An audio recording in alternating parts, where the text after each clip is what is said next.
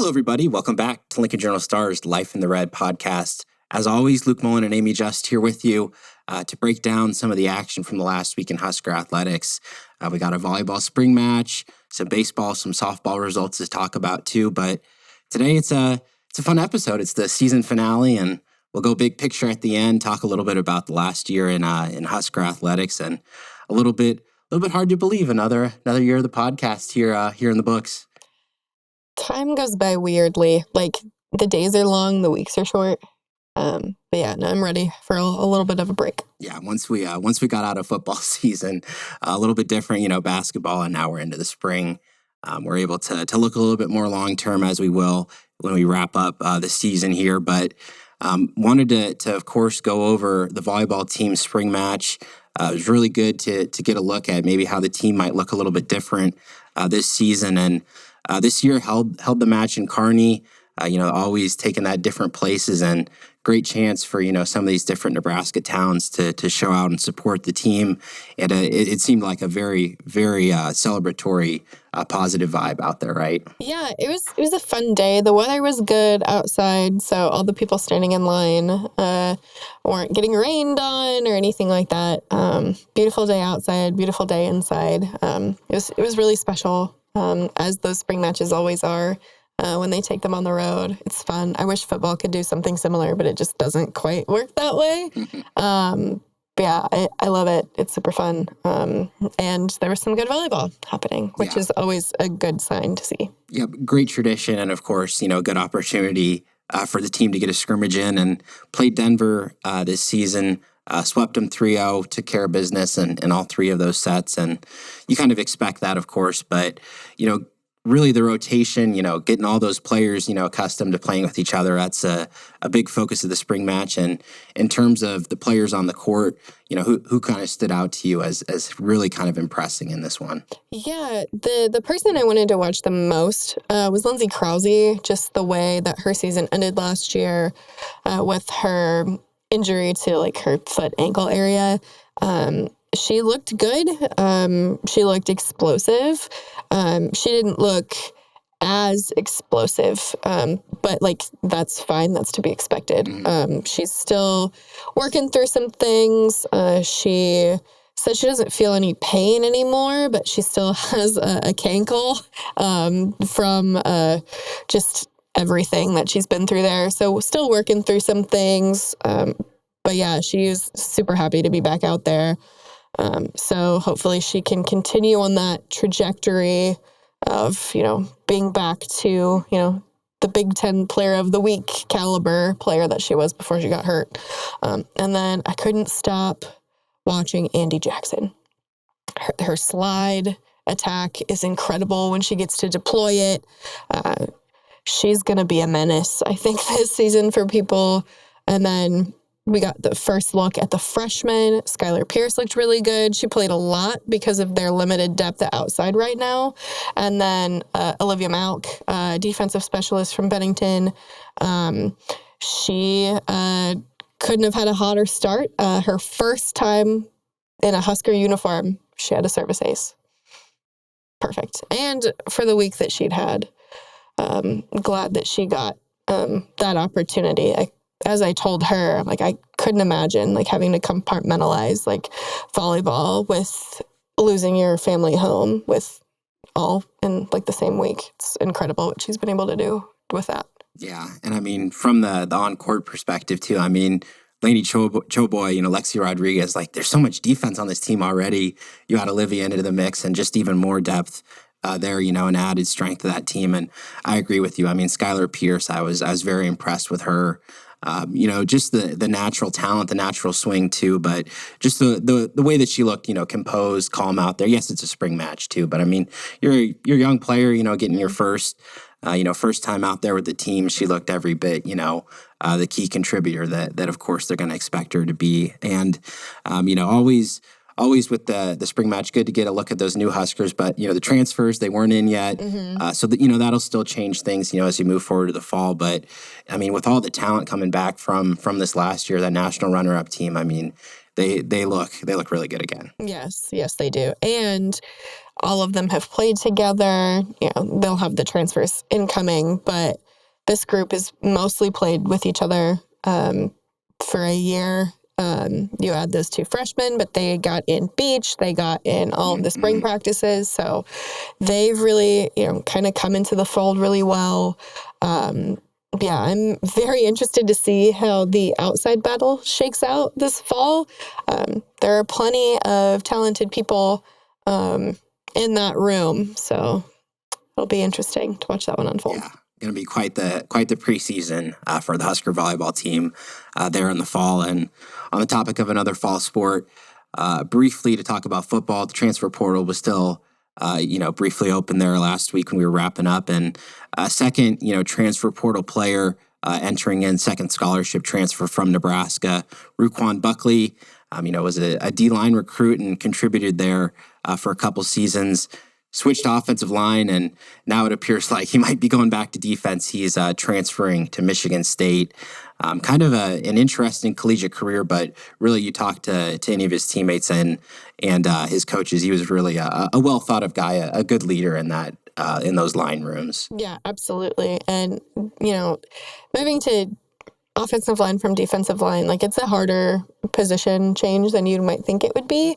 So maybe he felt that he wanted to move back and needed to go elsewhere to do it. Yeah, and certainly he was a very highly thought of recruit, and maybe the playing time over the last couple of seasons, especially last year when he was playing, able to get in some games finally was maybe not at the level that he would have wanted. But that being said, certainly his practice efforts, everything was indicative of that talent. So wish him the best, and yeah, he will be transferring to Michigan State. So potential conference foe there down the line. But now that the spring portal window has concluded, Chief Borders, Ruquan Buckley, those are the only 2 scholarship guys who officially entered the portal. What does that maybe say to you about this Nebraska football team that really there was very little movement there at the end of the spring? Yeah, I'm kind of surprised by that, actually. I thought maybe a few more guys would go in, but I just think it's a testament to something that Matt Rule said earlier in the spring. You look at their new facility, why would you want to leave? Nowhere in the country has anywhere even remotely close to that. And not to go on a tangent, but nowhere in the country will probably have anything like that ever again, as we're starting to turn the page and maybe thinking that the athletes are going to be paid as employees or as independent contractors or things like that. So schools aren't going to have the amount of money that it takes to make those facilities again. So I think Nebraska caught that one at a good time because I don't think there's going to be anything quite like that moving forward anywhere else. Yeah, I saw a post today online about the new football facility. They'd completed the walkthrough room, which was very similar to what NFL teams would do. A huge projector screen they can put film on. The floor is it's striped like a football field. I don't know if it's AstroTurf or whatever they put up in there. That type of room. That's really cool, but expensive to build. And like you said, the priority is certainly NIL as we've seen that move. And to your point too, I do agree with you too. It was a little surprising, that maybe there weren't more transfers because there are several positions where there's guys stuck down there on the depth chart. But if anything, I would maybe think that the spring setup, getting all those reps, you keep guys in the fold that way, as opposed to, if you're standing there on the sidelines, you're wondering when am I going to get my chance? So I think that the staff has done a really good job of just giving guys opportunities, and they can see that they can earn the path to playing time. So yeah, that's a good point too. Yep. So football spring window, that is wrapped up. Officially the off season for football. They'll be going through off season workouts, all sorts of stuff in the coming months. But as for the sports that are still in season here in the spring, I want to update you on baseball and softball as we always do. And the baseball team, it's quite funny. We were sitting here last week. We're going, who's going to start in the midweek? Can they get a good start in the midweek? I think I said I have zero confidence or something like that. I guess they put it on their bulletin board because Jackson Brockett Whew. We might have looked a little foolish because Maybe we were the motivation they needed. That's right. We'll spin it that way because Jackson Brockett. I mean, he turned in one of the best pitching performances Nebraska's had in years. I mean, decades. Yeah, 70 years. Yep, program's sixth no-hitter of all time. Completely dominant, masterful performance. Quite a few strikeouts, good defense to help him out there as well, and just seeing those post-game celebrations that they had from that Wednesday win. I mean, see the guys, they dump the water. That's just so much fun. I mean, that's what it's all about. The moment like that. My favorite part of all of it came the other day when Nebraska helped orchestrate Jackson getting to meet the last guy who threw a no-hitter. Oh my God, just got a little dusty in the room where I was. It was really sweet.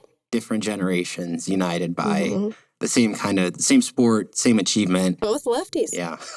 How about that?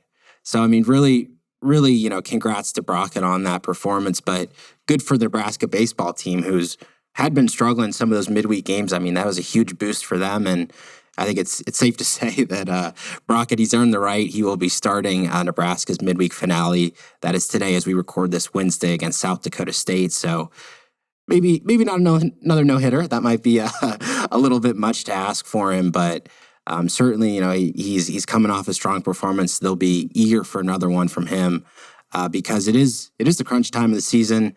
7 regular season games left for this Nebraska baseball team. They're 12-6 in the conference. Kind of a log jam up there. I think, it's like 1st to 6th. There's a game, I think, separating those teams in the Big Ten standings. And really, I think this upcoming home series is a big one. Indiana coming to Nebraska. They traveled to Michigan State after that, but Indiana slightly higher up, another potential tournament team. Looking at the RPI, it could be a very big weekend in that regard. Yeah, absolutely. And we said it earlier, their RPI from the non-con helping them quite a bit. But got to keep winning to keep it up. Yeah, and I mean, obviously we're still a couple weeks out from the NCAA baseball tournament, but the projections right now, Nebraska, I've seen them as a 2 seed, couple places, maybe on that 3 seed line otherwise, but it does seem like right now they are the favorite to maybe, win the Big Ten. But if they don't, I think they still have done a lot of the hard work. They are in that conversation for an at-large bid. So these last 2 weeks, of course, big for both those aspects as the Nebraska baseball team. They look ahead to the postseason. And as for the softball team, they're here. The regular season, they completed that this last weekend. They were also playing Minnesota. And it was a big weekend because first round bye was on the line. And Nebraska got it done. They won the first 2 games of the series. And that was huge because of the limited pitching depth that they have right now. And it's actually got a little bit more severe over these last couple of weeks because it was earlier in the season. Jordy Ball went down. Caitlin Olinsky went down. And Kaylin Kinney, she stepped up in such a huge way.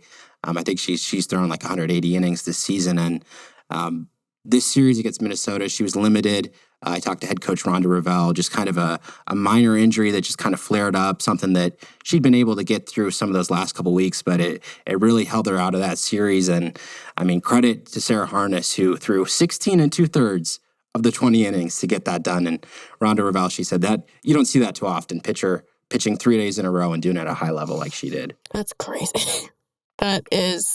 She deserves her flowers. That's for dang sure. Because I can't imagine she felt very good on Monday. No, she was tired. She was tired, yeah. And she was very grateful that outfielder Caitlin Neal previously worked as a pitcher a little bit. She came in, Caitlin Neal did, and pitched the final 1 2/3 of that game because Harness, she was just out of gas at that point, that Sunday series finale. But they're going to need, Nebraska, they're going to need all that pitching they can get. The Big Ten tournament this week, it is in Iowa City, Iowa. Huskers seeded 4th. Automatically into the quarterfinal round, and they will play the winner of Minnesota, Illinois. That will be tomorrow, Thursday. And be an interesting one. I mean, they just played Minnesota for a 3-game series, so that'd be kind of tough. You go and play them automatically already, and they were a very good hitting team, so that could be a difficult matchup. And then if we want to look ahead a little bit, number 1 seeded Northwestern, they would be a potential semifinal matchup. So it is a tough run to the tournament, but that said, I mean, Nebraska, they were very competitive. They won a game against Northwestern, and they won the series against Minnesota. They won the series against Illinois as well. So, no matter what the matchup is, talking to this team, talking to Coach Ravel, I mean, they're just not going to count themselves out after everything they've been through. They're going to keep fighting. Yeah, and that's not a surprise. This team is full of a bunch of fighters. You just look at everything they've been through this season, not just the injuries to pitchers, but the injuries to literally everyone else. It's insane. And yet here they are, still trying to punch their ticket. It's going to take a lot of work. They probably are going to need to win the Big Ten to be able to do it, but it just depends on, what version of them shows up, and if that's the version of them that wins in thrilling fashion or shoots themselves in the foot in the sixth. Yeah, I will say it, even with some of the pitching, depth issues that have tested this team. I mean, when they've scored like 7 or 8 runs, I mean, they win more often than not. And this lineup is very capable of, scoring 8 to 10 runs. They have the hitters to get it done. So certainly that could happen. And in terms of those NCAA tournament chances, looking at their projections, it seems like they're on the wrong side of the bubble. Maybe, first 4, 5, 6 teams out right now. And, a big factor in that is they're 47th in the RPI, which is potentially on that kind of at-large area, but 4-14 against quad 1 opponents. And also a big factor, 3 other teams that are solidly on the bubble right around Nebraska: Utah, Wichita State, Penn State. Utah beat Nebraska.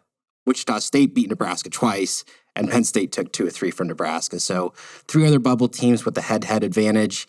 It's just a little bit hard right now to say they're certainly going to have an at-large bid. I mean, there's possibility. You don't know how the conference tournaments are going to happen. How the committee's going to break things down. But for now, it is looking like, yes, they might have to win the Big Ten tourney to get in, as you said. Yeah, as it stands right now, I think they have to. Yeah.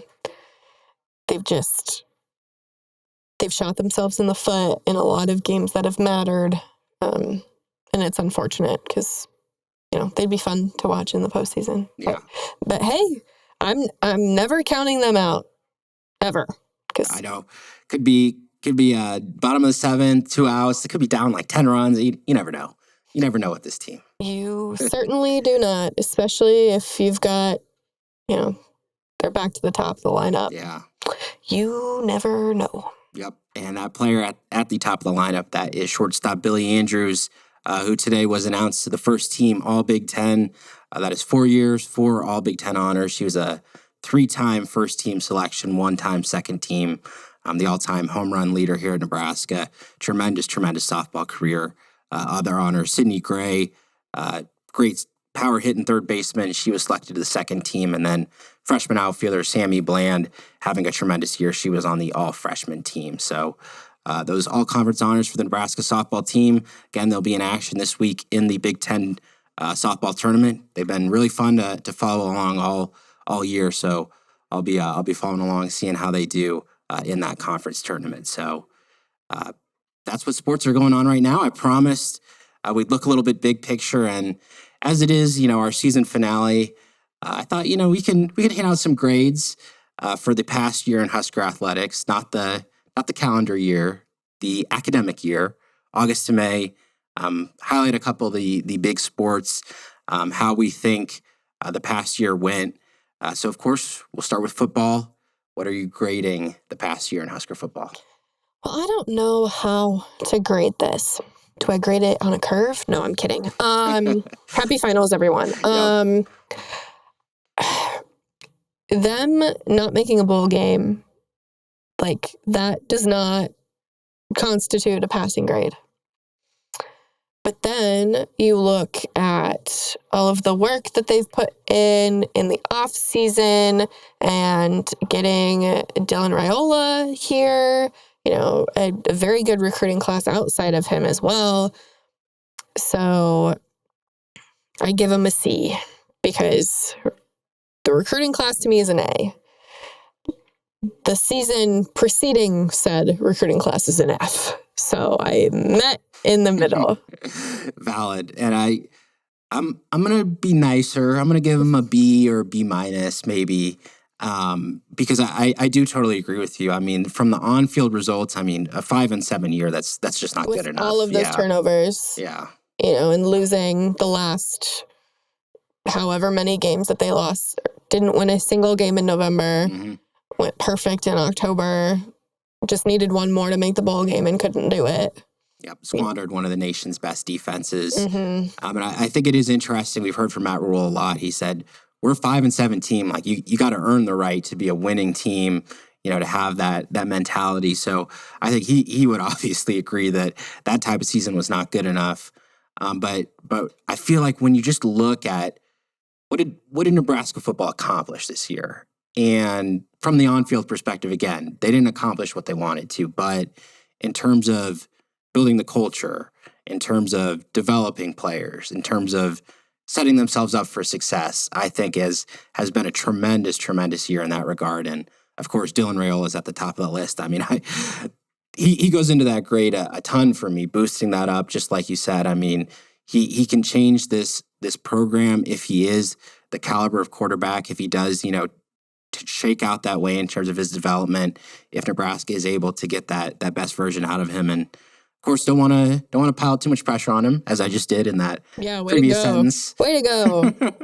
I mean, nothing is guaranteed, but you don't land, a 5-star quarterback recruit like him and look ahead to the future and not think, hey, it's looking better after this year. Yeah, of course. So what's your grade? I gave him a B. Homer. No. Yeah. a little bit too Homer. nice. A little bit too nice, Homer. maybe, with the 5-7 record. But if there's a sport where the regular season was no doubt a success, it's volleyball. Mm-hmm. What do you got? A. I'm gonna give him an A+. Now they didn't win the national title, and you could obviously say that that would be what would boost them to A+, but that's not what volleyball day in Nebraska. Yeah, that's worthy of an A. Historic, yeah. That's worthy of an A, but I don't give them an A+ because yes, they didn't win the national championship game, but some of the off the court things this offseason brings them down. Fair point. I just think, from a year-to-year basis, I mean, this is a volleyball program that's expected to, potentially compete for national titles. And this year was such a young team to go all the way and do that. And of course, the history of Volleyball Day in Nebraska, I think it's going to be an all-time volleyball year that'll be remembered. So it's worthy of an A. Yep. It's worthy of an A. And I don't hand out A's. We're splitting hairs here over a couple of percentage points. So yep. Very good year for Nebraska volleyball. No doubt about that. On to the winner. We'll start with the men's basketball team. What are you grading them? B+. Okay. I'll give him an A-. We're in that same. You're too nice. You're too nice. I just think credit to Fred Hoiberg, first of all, for the job that he did to get this team how far. Consider the history of this Nebraska team. I mean, they've not made a whole ton of NCAA tournaments. I think to even make the tournament, I think is a tremendous year. So it is a tremendous year. A B+ is above average.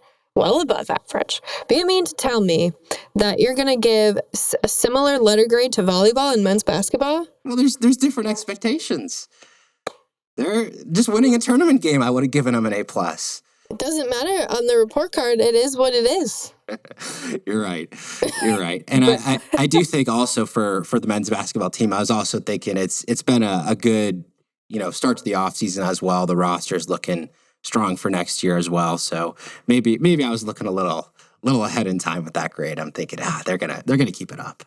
We'll see. I'm not as optimistic as you. I think the news about Rink Mast is incredibly unfortunate. I'm glad he's coming back, but him missing the entire upcoming season is a massive gut punch. You just look at what he was able to do this season, just be that all-around guy, and now they need to go out and get another forward big, I don't know if you want to have it be more of like a stretch wing or if you want it to be more of like a true paint presence. I don't know where they're going to go with that, but that is not the only reason why I gave them a B+. Like, they got to the dance and they couldn't do it, right? Yeah. Like, getting there is a massive accomplishment, but they need to get over the hump. And with this collection of players that they have, maybe they can do it. I'm interested to see how this will all work. They have a rim protector for the first time in forever, but with Braxton, yeah. But yeah, there are things they could have done better. They lost a few games that they were better than and won some games that surprised a lot of people. So it's hard to make sense of all of it. But when you look at it together, yeah, I said a B+, and I'm standing by that. Well, yeah, I didn't even say this, but they beat number 1 Purdue. Yeah. Took down the top-ranked team. They did. A-. They also lost to Rutgers. Good point. Highs and lows and of a Minnesota. season. Yep. Yeah. Still obviously making the tournament. Good year. Yeah, you can pick and choose. You can cherry pick a lot of different stuff for anything. Yep. You might be more spot on with your grade, but I'm allowed to be meaner. I'm the columnist. We'll wrap it up with the sports. Then women's basketball, I've got them at an A. A-. Yep. So we're pretty agreed there. I mean, great year for Amy Williams' squad. Again, NCAA tournament. Got a win. And of course, again, thinking long term, I mean, this roster looks really good for next year. Landed huge recruit in Britt Prince for the future of this Nebraska women's basketball program. And, tremendous year from Jazz Shelley. I think a really solid all around year. Maybe they would have liked to show a little bit better in that final NCAA tournament game, but still really good to get there. Yeah, I agree. This next season, though, it's going to be tough because you have all of the new Big Ten teams. Mm-hmm. You don't have Jazz. USC is a super team. They're like the Golden State Warriors of women's basketball. Wish they played that one in PBA for selfish reasons, but that's all right. Yeah, that'll be a fun matchup. A lot of really good women's basketball talent coming to the Big Ten with those new teams. If we're in agreement, all those different sports, how they shake out. But as we look at the Nebraska athletic department as a whole, all the sports, administration, events, all the different things that went into it, how do we grade that? B. Give them a B+. Man, I'm too nice. You are too nice. You are too nice. I see why you gave them a B+. I think there are many good things that happened with this athletic department this year. I mean, you just look at all of the success that so many different teams had with their postseason runs. The all-conference players that they've had, national awards that people have been up for. The great, again, volleyball day in Nebraska, a really big feat. Trev leaving kind of puts a damper on it a little bit. That chaos, that part of chaos impacted things. Yeah. Still kind of being uncertain about what the future of Memorial Stadium looks like. Mm-hmm. I think Troy Dannon was a great hire. Again, still a little, and nothing you can do about it now, but like only taking a week for that hiring process made by an interim president. Probably not the decision that I would have made. Probably would have taken a little bit longer, more thought out, maybe used a search firm. And maybe you would have come to the same conclusion anyway. But yeah, that's where I downgrade them a little bit, is the athletic director hire. While I like the hire, felt a little bit rushed to me, and that's why I bring them down a little bit. Yeah, and I do agree with you in terms of the overall success of these teams. It's been really good, and maybe without volleyball day in Nebraska, this grade would be a little bit less when you consider the athletic department, drama of that month. But just all the national, worldwide eyeballs, the positive impact towards Husker athletics that volleyball day in Nebraska provided, I think, was of course tremendous. And from a stability standpoint, didn't have to fire any coaches. I mean, that's a good year. That's a good year, right? Yeah, and like when you look at this athletic department, I thought Dannon inherited a really good situation. Mm-hmm. Your football coach, you're not doing anything with him. for better or worse, you're leaving that one alone for now. That's not a decision you had to make. Volleyball, very entrenched. Men's and women's basketball, both were recently given contract extensions the week before he got here, right? Softball is in a pretty decent spot. Baseball might be the hottest seat of them all, and I don't think it's very hot, right? Soccer, again, contract extension there. You can keep going down the line. Track coach, new-ish. You're not going to do anything there, especially with how good they've been doing. You can keep going down the line.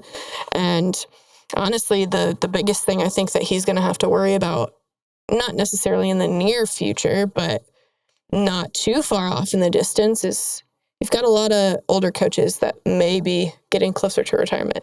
And I think that's the biggest thing, other than Memorial Stadium, that he's going to have to worry about, which is a good problem to have. Yeah. And financially as well, athletic department continues to be in a good spot. You highlighted earlier this year how the volleyball team is profitable. One of the few examples of that nationally. So I think, only. Yeah. So only example of that, which is crazy. Yes. Still crazy. Yeah. So I agree with you. I think there's a lot of momentum within this athletic department. And so, yeah, we're both there, B-ish on our season grades there for the Nebraska athletic department. But hey, this is it. Life in the Red season finale. I got to give some kudos before we get out of here. Of course, want to thank our sports editor, Nate Head, our editor at the Journal-Star, Dave Bundy, our great photo and video team, Justin and Ken, who do a lot of the behind-the-scenes work, make us look good here on the podcast. Of course, appreciate all of our listeners, all of our viewers who have come back to us before we, break for the postseason, the offseason. Any final words to share with them, Amy? Justin's the best. Go Justin. He makes us look and sound incredible, and this doesn't happen without him. So go Justin.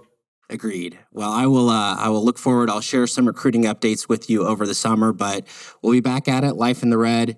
August. We'll look forward to July, August, whenever we get this thing started up again. Mm-hmm. We'll look ahead to some football, and we hope you'll be with us then, as always. And so we appreciate all of your support, all of you listeners and viewers. This is it for the Life in Red podcast. We'll see you next season.